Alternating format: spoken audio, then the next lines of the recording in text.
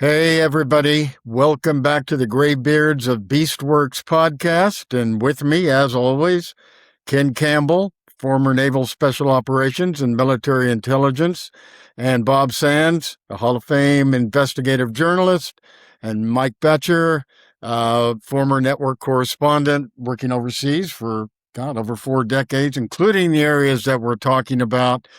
So, hey, gentlemen, how are you? Surviving the heat here in Oklahoma. Bobby? 105 today? Holy mackerel. Heat index over 110, and you guys just keep that heat dome over that way, please. Okay, it's going to head west here, they say, in like 3 days, so we'll see. But we had 1 day over 100 last year. Yeah, just and one. Now we've had 5 in a row. Yeah, it's ugly. Yeah, it's kind of ugly out there, but one place where it's less ugly is the Persian Gulf, where we are entering day 4 of, I wouldn't call it a ceasefire, but a pause. And Ken Beastwerx put out a report called "The Pause is Not a Peace." What did you find? What are we talking about here? Why did this happen? Very surprising, Mike. Two major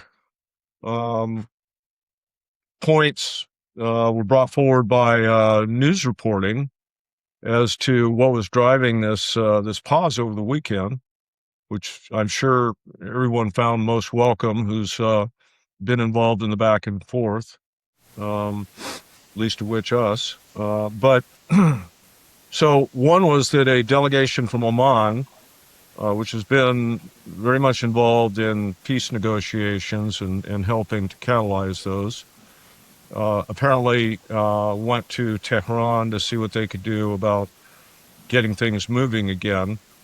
And so that was one variable.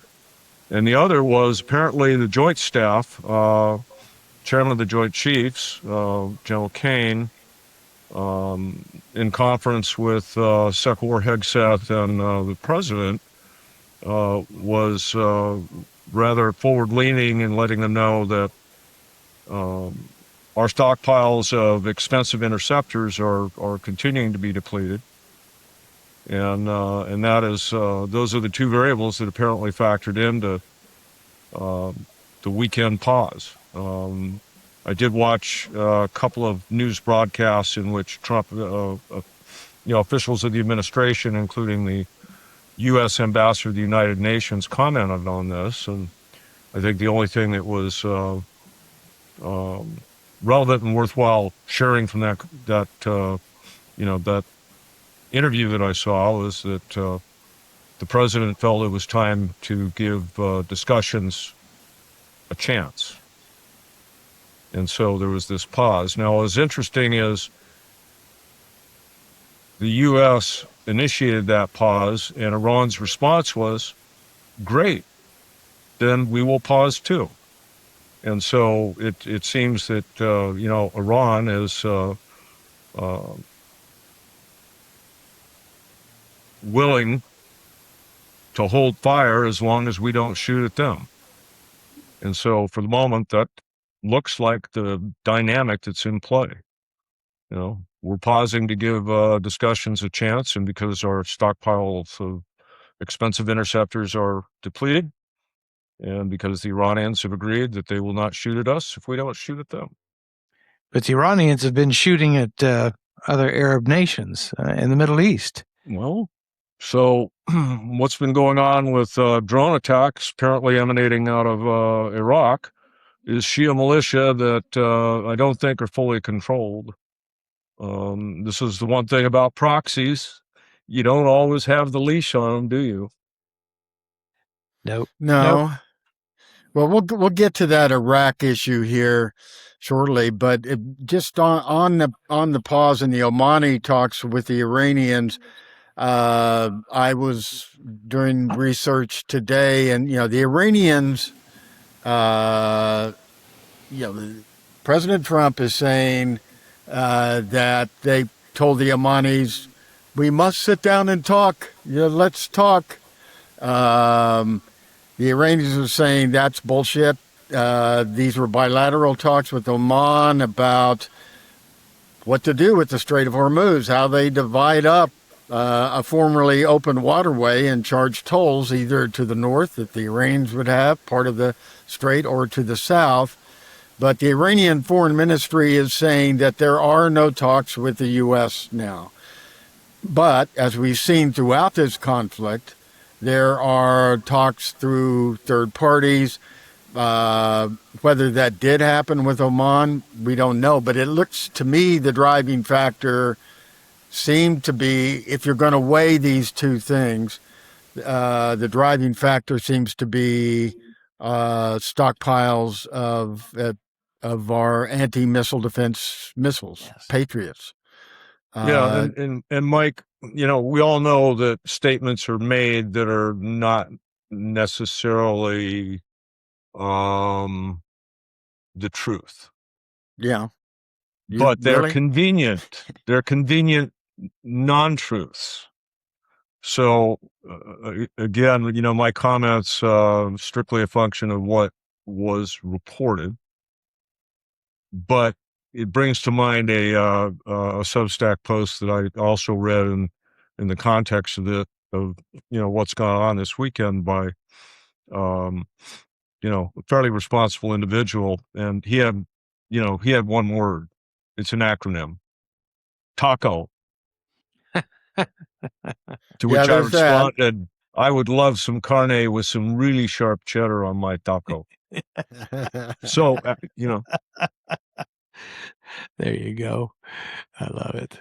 Well, I mean, I think a lot of what's driving this now is are the anti-missile defense systems and how long under. We don't know for sure. We don't know the exact numbers, but that we have in that stockpile that supposedly is classified. But what we do know is, I think the manufacturing capacity in the United States for Patriot missiles is about 850 a year, and that's a lot more than that have been shot off. So I think that that seems to be, and as you wrote in the report, Ken, this is more a problem with our defensive capabilities than it is with our offensive capabilities. Can you explain that? well, sure. Our capabilities to strike are in, there's a variety of weapon systems. But, I would say that, our cruise missile inventory is down too. And that's been a favor to reach out and touch, because it's a precision weapon that is launched from, standoff. It can be launched,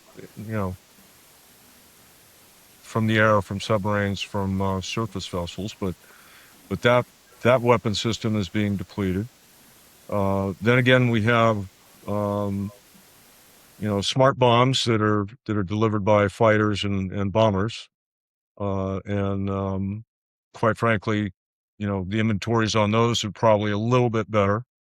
And then, as we discussed, I think in the last podcast, we've got guided rocket artillery in the form of HIMARS and similar systems, and those can reach out and touch.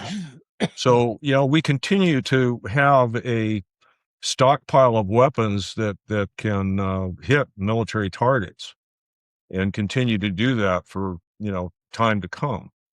The question, though, is hitting those military targets having any impact on bringing Iran hard to the table? And that's the ugly conversation that gets sidestepped. I don't know, I think you guys watched some of Sec War Hegseth's testimony on the Hill last week.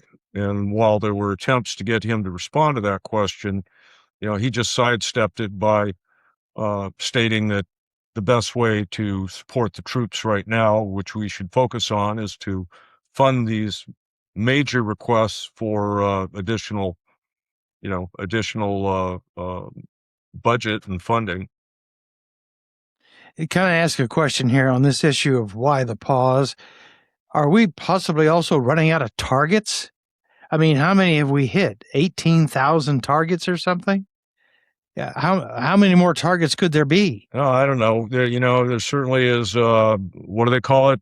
Pickaxe Mountain, which is where Iran has its deep undergrounds, where reportedly they've moved a lot of the centrifuges and production capabilities for enriching uranium. So that's one with one of those bunker. But again, does that attrite their capabilities to continue with the chokehold on the strait? I kind of look at that chokehold as the young kid that gets bullied by the big strong guy, right?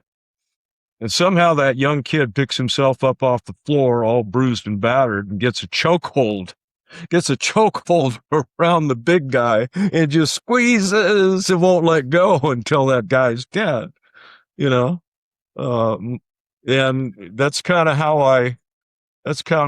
I see this situation unwinding at this point. The little guy is got a lever, and they opened up this other front with the Houthis, the Bab el-Mandeb. I mean, 12% of maritime commerce runs through the Red Sea. That's an ouchie, So, anyway. Speaking of the Houthis, there was a really good article in the New York Times that was written today was in today's paper that talked about, one of the elements was not just the Iranians working through their proxy, the Houthis, to try to open another front.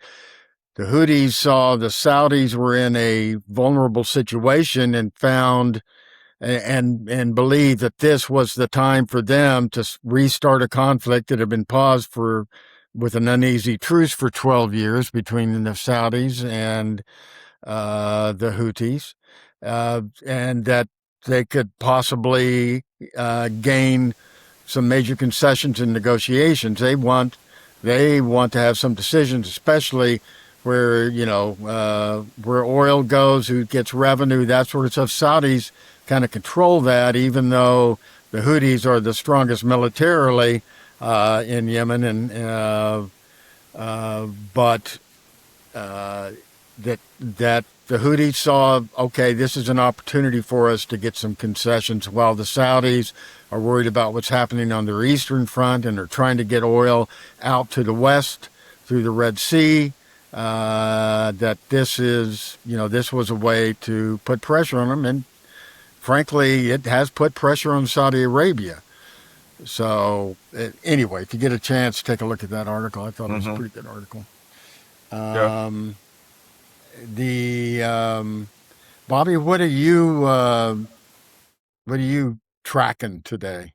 Well, we've been talking about what's going through the Strait of Hormuz and what's going through the others. And I've got some graphs here that'll help us kind of define what all that is, because not much oil is moving, okay? First off, let's take a look at what's happening off the western coast of Saudi Arabia. And go ahead, you can pronounce the strait for me. Bab el-Mandeb. Bab el-Mandeb. Bab el-Mandeb, there it is. Here's the numbers. 7 vessels currently in the zone. Over the last 7 days, they've averaged 2.5 a day. 17 total for the week. And this graph, the yellow are tankers. And they're carrying crude, they're carrying various oil products, and so forth. The very light blue down here, that's LNG. The rest is products. Well, there's a few products moving, but you can see what's happening. Right here, it stopped. Yeah, what's normal traffic through there on a daily basis, Bob? Yes, tons. And there's none. It's basically been paralyzed. But the normal flow is how many ships, container ships, tankers, whatever, through the Bab el-Mandeb? Oh, at least during a day, at least 30 to 40, at least. Probably closer to 80. Yeah, 10% of the it's world's just like, economy goes through there. Yeah, it's plummeted. And over at the Strait of Hormuz, let's pull that one up. Where are you? Hang on one second. I should have had these open and they wouldn't have delayed.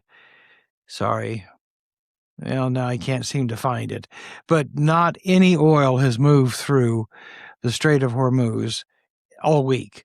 The entire amount was 1.34 million barrels for a 7-day period. That's virtually nothing. And one vessel, got through the strait in the last 24 hours, and that was a cargo ship. There's no movement through the Strait of Hormuz. So, what's the value of this ceasefire? If the ships aren't moving. Well, I think one of the factors is still the fear of mines, because we've had when was that? Just a few days ago, we had a ship hit a mine. At least 2 that I'm aware of have hit mines. At least 2. Yeah. Hold on a minute. I'm looking to get an update on that one. Okay, well, fill That's us in. over here. Let's and Bob, it seems to me that, and I'd like to hear your opinion on this, that the markets aren't operating naturally. Not what I've seen for years. And let me pull it up. It's kind of stunning what's happening with the price of crude, or I should say the futures market. Okay. It's not acting normal at all. There's no oil moving out of the Middle East, and you would expect that would be enough for things to go through the roof. Well, here we go. Let me pull it up for you real quick. Where'd you guys go? There you are. Oh, got too many screens open at once. Sorry. Here it is. For oil right now, it's going down.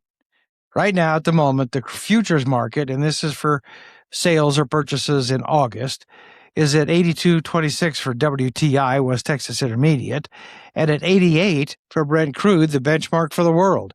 And these numbers right here are representative of how much they've fallen recently. They're going down. The oil isn't moving. Why are they going down? That shows you the influence of Donald Trump. Because supposedly we want to talk peace, the commodities market, boom, falls down, stock market goes up, and everybody's happy because he said something that so far has not ever gelled up, but they still react to it on an almost daily basis. Meanwhile, the price of American debt is skyrocketing. Here's the 10-year bond today. It's plus 4.64% return. Now, that's down 4 basis points for the day, but for the month, that's up 27 basis points. That's a huge amount of money. The debt, the American debt, and every American in this country has a debt of $6 billion to pay. That's how big the national debt has become. So, hey, Bobby, it doesn't make sense anymore. Yeah. Yeah, Bobby, with oil, not coming down, I mean, I started thinking about, alternative reasons and whatnot, and I'm doing a poll on it right now, but you think there's been some backdoor discussion with the Russians to, start lifting sanctions on, what they produced and whatnot, and let them pick up the slack as much as they can? Well, the Russians are doing all kinds of illegal sales. I mean, they got sanctions on them, and more sanctions are coming if Congress ever decides to act on them. But, they've got a shadow fleet that moves through the Black Sea that continues to sell oil, huge amounts of it. Yeah, that could actually be influencing things. You're right on. That very well could. China isn't buying much right now, but they don't need to. They've got plenty of reserves. One of the things that's also interesting, the demand for gas has plummeted in recent weeks. People are not buying gas. What a shock. We can't afford it. So that's boosting the supplies, which tends to force prices down. So there you go. A lot of forces are at play right now that has got the markets going very strange. I think what you're going to see is, going back 6 years to the COVID period and we all went online working. I mean, I think you're going to, as long as these gas prices are this high, today I filled up at Costco in Oklahoma City.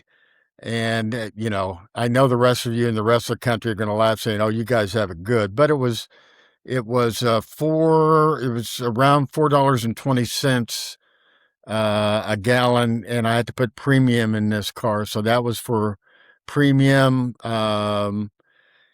with ethanol. And 5 days ago, it was $3.95, and 2 weeks ago, or before the 13 days of high level conflict were going, it was down in the lower threes. So, I mean, it's just, the trajectory keeps going up, even though the market price per barrel is going down. Futures prices at the pump, things are still going up. And I think you're going to see Americans, maybe, kind of go back to a COVID era workflow where, a couple of days a week, they're not driving into work.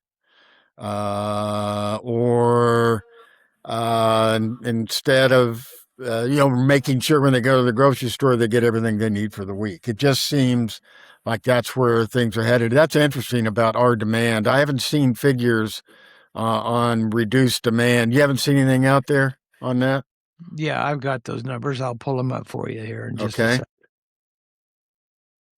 I got to go dig them out. Excuse me. Okay, where are we here? Yeah, there's one other weird thing that's popped up. All those tankers that are sitting in the Gulf, the Persian Gulf, the invasive species are attaching themselves to the hulls. And when they start moving, guess where they're going to go? Places they haven't been before. It's called a super spreader event is coming. So get ready for that one too. It's like, do we have enough happening? I guess not. Okay, where are we? Well, I'm not finding the numbers. Oh, here we go. Why aren't crude prices much higher? And this comes from Yahoo Finance. Let me pull it up for you so you guys can see it. And they talk about the actual impacts of people no longer buying fuel. Folks are just backing up saying, I've had enough of this. I'm not going to pay any more for this. There's the document. Okay. And the Houthis, so why are prices still below their previous wartime highs? The market has rebalanced, according to strategists, and the key lever has been demand. Demand has fallen faster and more steeply than in any of the past 6 years, aside from the pandemic. If inventories or supply had fallen to their current lows but with no demand adjustment, J.P. Morgan strategist reasoned prices would have likely raced upward far faster. Instead, the market killed demand, thereby keeping prices contained. Global oil demand now expected to decline by 1 million barrels a day this year. So all the oil that came through the Strait of Hormuz in the last 7 days, that's all we're going to be using. It's interesting. The other thing I'd just add to that, just based on what I pulled, Bobby, is that these renewed U.S. tariffs are raising additional recession worries, which also will cap how high traders will bid crude. So very true. Yeah, interesting. So let's shift to another element of this story and what could be emerging of the wars in Ukraine and the Persian Gulf. because the Ukrainians struck, was it a Russian freighter in the Caspian that was taking, you know, weaponry, I think going kind of both directions. I think the Russians need Ukrainian drones. Need Iranian drones. The Iranians need missiles and all sorts of other things, and there's kind of two-way traffic going in the Caspian Sea between these two allies in this war. Even though Russia is trying to keep a semi-low profile, you can bank on it that satellite imagery that help target American soldiers in the Middle East for Iranian attackers, that's being shared with them. There's armament being shared. And we'll have to see as we go. Sorry about my dogs. The male person is here today. But we will have to see how these wars do potentially merge. I'll let you take it while I go yell at my dogs. Yeah, well, I think to a degree it already happened. As you may recall earlier reporting that we discussed several weeks back, in which Ukraine was providing technical assistance to Kuwait and I think some of the other GCC countries in countering drones. They've got some of, they basically have a cornered market on knowledge over how to deal with drone warfare after how many years now doing this? So in a way, 4, one could say that's already happened, but the situation that occurred in the Caspian, it was a cargo ship transporting, actually it was 2 vessels, says one transporting military cargo in cooperation with Iran, plus a Russian warship. Ukraine's ambassador to Israel said the struck ship carried drone and missile components headed to Iran. Iran disputes this, calling it a commercial vessel and saying one sailor was killed, another injured. Tehran called the strike a hostile and criminal act and summoned the Ukraine's chargé and foreign minister, Aragchi, warned, this is the Iranian foreign minister, this cannot go unanswered. So, I don't know, Mike, we have to see what happens here, but I think it's already kind of extended, Question is, does it fuse in one massive conflagration? Well, that's the question. I mean, man, this whole confrontation going on, war, call it anything you want, has been impossible to predict. The only thing we can predict is there are only bad choices moving forward. But over 2 weeks ago, when we began 13 days of high intensity missile exchanges between Iran and the United States and some of the Gulf states, it looked like we were heading to a further escalation. And then all of a sudden, immediately it stops. Everyone is predicting that it was going to something more. Then it stops. And just at the time we think, okay, well, maybe we're heading in the right direction. You can bank on the fact is that we won't be heading in the right direction, that there'll be more attacks. And if you look at this, these wars are throughout this whole region, it's laying bare the alliances and the help that Russia is giving Iran and Iran is giving Russia, and there's more to come on what China may or may not be doing. But of course, and we helping all of our allies, and they're in, big numbers. But I mean, the only thing that seems to me that's off the table after all of this, because we got a whiff of this 2.5 weeks ago when this started, that possible ground operations, seizing islands in the Persian Gulf like Karg Island, or Keshem Island, or any number of those islands. There were fighter jets moved from the United States, moved from Germany and the United Kingdom to the region, F-35s and F-16s. It seemed that some ground forces were being mobilized, and it doesn't feel that way now that it's going that direction. But, that's the problem with this war. You can't become a prisoner of the moment, because the moment changes in a split second, and we're headed down to world war.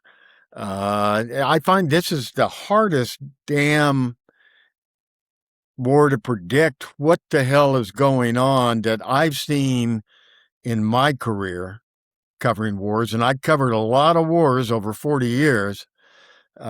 This one is truly impossible to predict, and I think one of the issues about that is that we really didn't go into this with a strategy. Well, Mike, we did go in with a strategy. We went in with the president's strategy, and that is, we can just steamroll them because our military is the greatest in the world, which it is.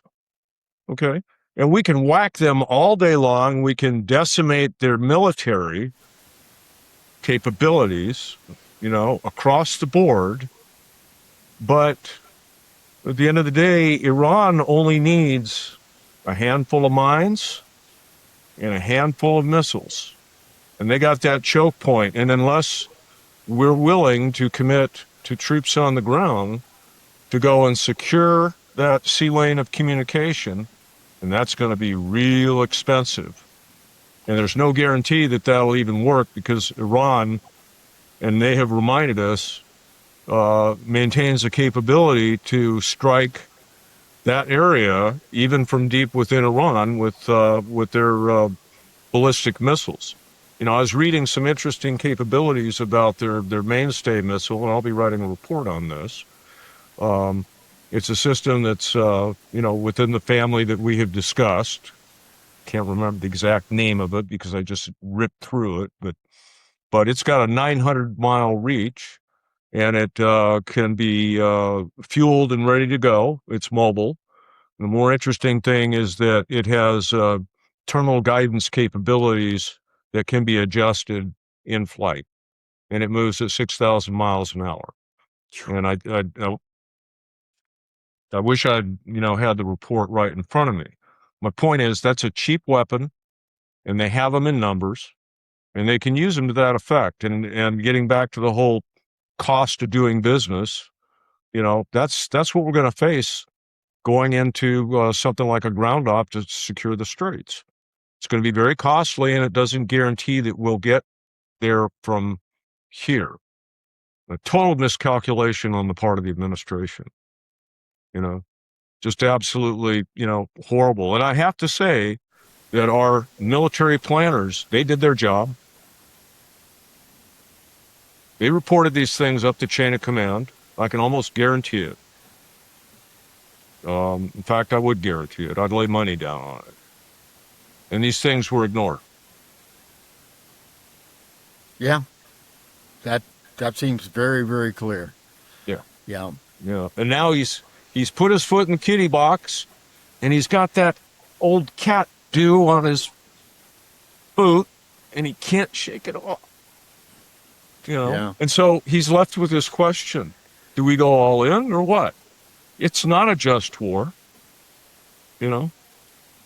Iran, at the end of the day, we can talk about their nuclear weapon and the threat they posed and this, that, and the other, but quite frankly, I think all of that is a stretch and a convenience for the administration.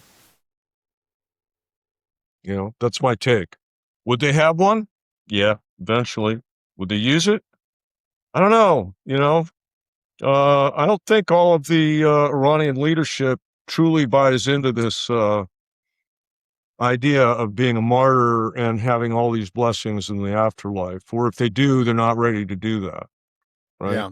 So, we still have mutually assured destruction as a deterrent in this, and you can hype, Iranian religious beliefs, Shia, and that they would all, welcome martyrdom. I think that's a crock of shit, to be honest with you. Yeah. These I people agree. love life as much as anybody else. Yeah. Well, people get sick and tired of deprivation, I mean, hey, look, you get in, in these countries that are at war, we've seen it. There's war, there's deprivation. People become accustomed. Doesn't mean they like it, but they learn to exist. They don't become really accustomed, but human survival skills kick in and they adjust to what the status quo is at the time. But this has been going on for 47 years for the Iranians, and I think that's where I think there have been fissures inside the Iranian government, fissures between diplomats, military, IRGC,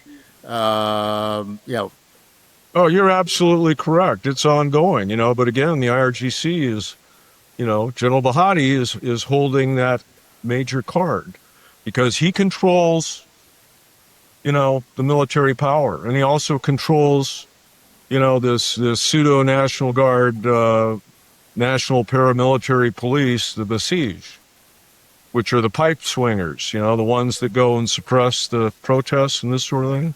Sure. Yeah. So, they've got a capability, secret police capability and an ability to threaten the population and to keep them down. And the politicians, your diplomats, your president and the foreign minister, they're not weighing, they don't carry the same weight. They don't have that kind of power. That's real power, the ability to unleash death and destruction. Well, that's in the hands of Bahati. Meanwhile, where's Moshtaba? You don't see or hear from him, at all. And if there is some kind of communication, it's either being ignored, communication about, let's level this and, come to some amicable conclusion so we don't destroy our civilization, our people. I don't know what's going on there other than to say with some heightened confidence that Bahati's in charge, the hardliners are in charge. And you got a lot of them that are continuing to press for attacking the GCC and making things as painful as possible for us. Now, I'm not look, at the other side of this, they've killed a lot of, they have a lot to answer for, right? They absolutely have a lot to answer for, and this is in the form of, the proxies that have killed our Marines, the explosive form penetrator weapon designs that killed a lot of U.S. servicemen and women in Iraq, provided to the Shia militia. They have a lot to answer for. But getting to this whole strategic, situation we find ourselves in, with regard to what do we do next? I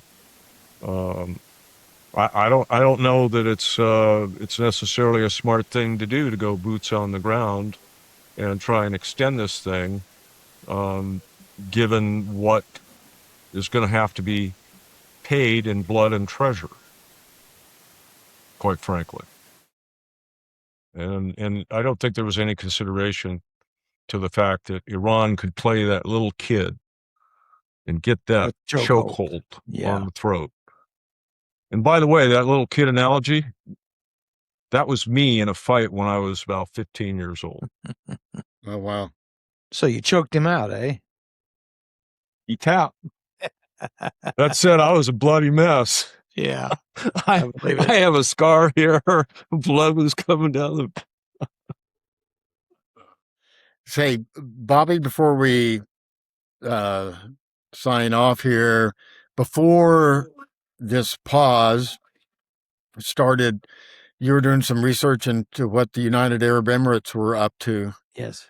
Tell us about that, what you're finding. As it turns out, the Emirates have been involved secretly in attacking Iran as long as we have been. From day one, they've been there. It actually started to come to light when we would stop one of our bombing attacks, and the bombs would keep falling. Stuff would just keep happening. So somebody else was shooting at them, and people started asking questions. Well, it turns out it was the Emirates. And now we know the Emirates have been helping Kuwait and Bahrain do the same thing and helping them learn how to protect themselves. So the Emirates, along with other members of the Gulf nations, are now involved in this war. And as far as the Emirates are concerned, from the very beginning, I find that, and what's happening with the Saudis, I think you can make an argument now that the war in Iran, between Iran and the U.S., has spread across the Middle East. Now, maybe that's everywhere. Yeah. No, I think you're right. I mean, those are offensive operations. Those aren't just defensive. They are offensive operations. But I guess going back to the situation as it is, Bobby, being able to assuage Iran from the air, whether it's missiles, drones, precision guided munition bombs, it doesn't seem to be working at this point. It doesn't. I mean, the only Middle Eastern or, Muslim country in the Middle East region that really hasn't been part of this and could get drawn into this, but it is Egypt. And the Iranians don't want to mess around with Egypt, but they're messing around with Egypt. If you close the straits, Bab el-Mandeb Straits, you affect the Suez Canal, and that affects Egyptian revenue. That Egypt is not, a rich, wealthy nation like its Muslim brothers to the east. And that's something to look at as well. I mean, that is the kind of I'm not sure how long I think that's a good subject to tear into. We'll take that one on and just see what pops up. Yeah. No, absolutely. Okay, well, let's go out there and do some more research and stuff. We're going to try to stay cool here. You'd stop working on your boat, or I don't want you smelling like diesel again. Yeah, we can smell you all the way to here when you're. It's too expensive to take a bath in that, Ken. Oh, you guys. Hey, love you guys, and we'll talk soon, and we'll see all of you soon. Okay. Good night. Good night.